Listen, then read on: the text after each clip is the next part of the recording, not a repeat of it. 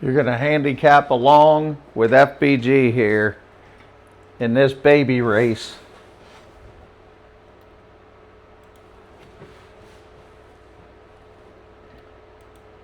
All right, this is what we got here. We got an Asmussen, a Whitworth Beckman, an Ortiz that run at Indiana, a Joe Sharp with a short work pattern, a Kenan LaRose for Dr. Joe Politti, and not this time, a Joe Sharp, a Chris Hartman, a Norm Cassie.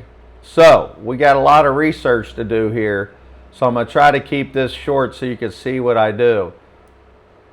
Besides the phone calls, which will come later, it's Wednesday. This race is Saturday. I'm not going to start bothering grooms and exercise riders and owners and trainers.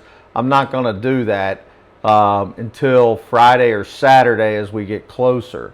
So the first thing I'm going to do is go to Bruno's great website and try to find these horses. So we got 3 workouts that we can watch for Midnight Escape.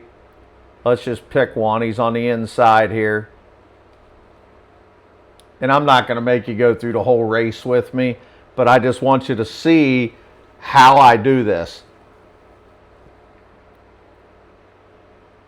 So I'm going to watch the inside here, Midnight Escape. Looks like a pretty good animal so far. Running pretty hard around the turn. A lot of traffic. Good hold on him. I like the ears. Jumped leads right there. Not wild about that. But he's under such a stout restraint. I do like that. So I would tell you from watching this, and it's initial, I'll bet this horse has a boatload of speed. Just from watching this. See what the next one looks like. He's by himself, so he's not in competition. But 51-2. Very typical for the Steve Asmussen barn. No question about that. So, again, I'm not going to make you watch all these. But then I'm going to go to the next horse, on down and start making my chart over here as we go through. I'm really curious to see this horse, Chris Hartman, because I've already got a little bit of buzz on him. So let's see if we can find a little bit on this one. And of course, my buddies all have horses with him, so I don't have to worry about getting information for sure. All right, so Greatest Blaze is in the middle. Not the greatest break in the world. Gonna have to break a lot better than that against that Steve Asmussen horse. But he's in the middle. Difficult place for a 2-year-old. Keeping his composure. I like his ears. I like the motionlessness of the rider. The stride's perfect. Not being let to do anything. Not letting that other horse get by him.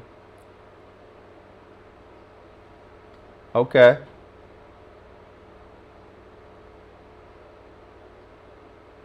Alright, like this part. The other one's really asking, he's still under a restraint. So, I would think that this one's going to have a pretty solid kick home when they turn for home.